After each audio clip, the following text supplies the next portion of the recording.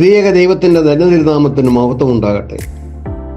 ദൈവ സംസർഗത്തിനായി ഹൃദയാന്തര മനസ്സുകളെ ഒരുക്കുവാൻ സഭ ക്രമീകരിച്ചിരിക്കുന്ന ശ്രേഷ്ഠമായ അനുഷ്ഠാനമാണ് നോമ്പും ഉപവാസവും. സഭയുടെ 5 നോമ്പുകളിൽ പ്രധാനപ്പെട്ട ഒന്നാണ് 3 നോയമ്പ്. ഈ ദിവസങ്ങളിൽ ഹൃദ്യവും മനോഹരവുമായ ധ്യാനചിന്തകൾ ഭാഗ്യവചന ധാരയിലൂടെ നമ്മൾ ശ്രവിച്ചു.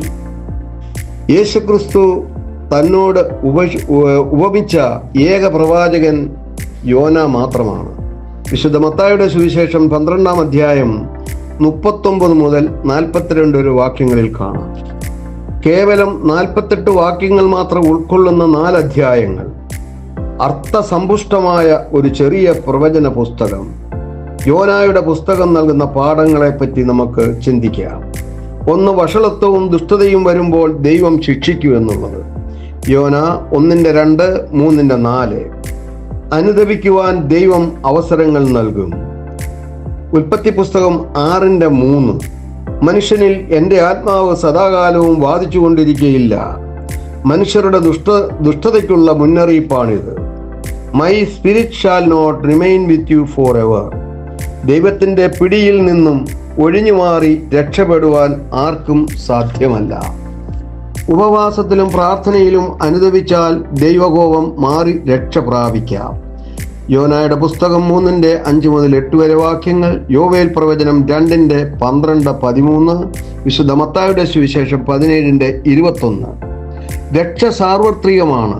സങ്കീർത്തനം 24:1 പറയുന്നു, ഭൂമിയും അതിൻ്റെ പൂർണ്ണതയും ഭൂതലവും അതിൻ്റെ നിവാസികളും യഹോവയ്ക്കുള്ളതാകുന്നു. നമ്മുടെ കർത്താവിൻ്റെ ക്രൂശുമരണം, ഉയർപ്പ് എന്നിവയിൽ യോന ക്രിസ്തുവിൻ്റെ പ്രതീകമാണ്. യേശുക്രിസ്തു മനുഷ്യ ശരീരത്തിൽ പ്രവേശിച്ചു. യോന കൂലി കൊടുത്ത് കപ്പലിൽ പ്രവേശിച്ചു. യേശുക്രിസ്തു സകലർക്കും വേണ്ടി ഒരു കുറ്റവാളിയെ പോലെയായി തീർന്നു. കപ്പലിലുള്ള സകലരുടെയും രക്ഷയ്ക്കായി യോന കുറ്റം ഏറ്റുവാങ്ങി.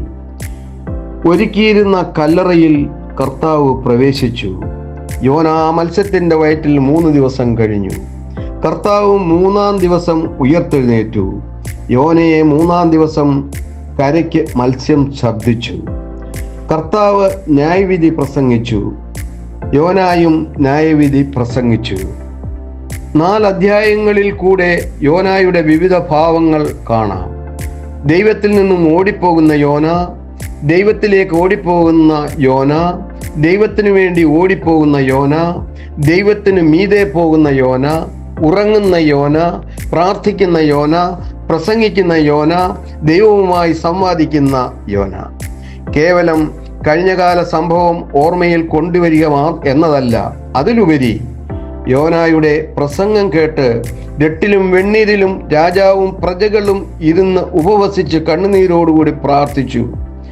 നാമും ദൈവസന്നിധിയിൽ ഉപവാസം, നോമ്പ്, പ്രാർത്ഥന തുടങ്ങിയ ആധ്യാത്മിക സാധനകളെ അർത്ഥപൂർണമായി അനുഷ്ഠിക്കുവാൻ ഒരുങ്ങണം. യോനയുടെ പ്രവചന ശബ്ദം കേട്ട നിനിവേക്കാർ അനുതാപത്താലും താഴ്മയാലും മാനസാന്തരപ്പെട്ടു. ആ മാനസാന്തരം അവരെ രക്ഷപ്പെടുത്തി. നമ്മൾ വചനം പറയുന്നു, അത് ശ്രവിക്കുന്നു, പക്ഷേ അതിനനുസരിച്ചല്ല നമ്മൾ ജീവിക്കുന്നത്. ഉറങ്ങുന്നതിന് മുൻപായി അന്നന്ന് ചെയ്ത തെറ്റുകളെക്കുറിച്ച് ഒന്ന് വിചിന്തനം ചെയ്താൽ നല്ലതാണ്. വാക്കുകൾ കൊണ്ട്, പ്രവൃത്തി കൊണ്ട്, ചിന്തകൾ കൊണ്ട് എത്ര തെറ്റുകൾ ചെയ്തു, എത്ര നന്മകൾ ചെയ്തു.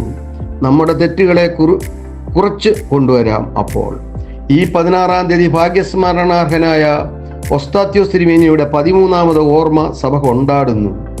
ഈ പുണ്യപിതാവ് നാഗ്പൂർ സെമിനാരിയുടെ ചാപ്പലിൻ്റെ കൂദാശയ്ക്ക് ശേഷം പത്രക്കാർ അദ്ദേഹവുമായി ഒരു ഇന്റർവ്യൂ നടത്തി.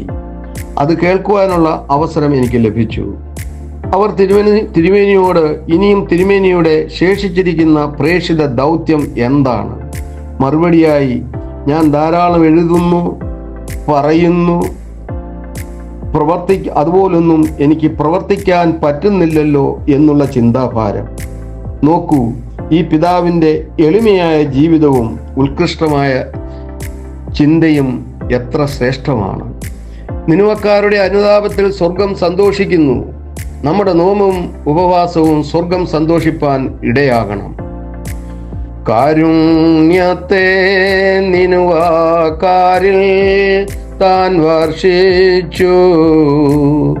കോപത്തിങ്കൽ നിന്നും കാത്താൻ സ്തോത്രം നാഥ.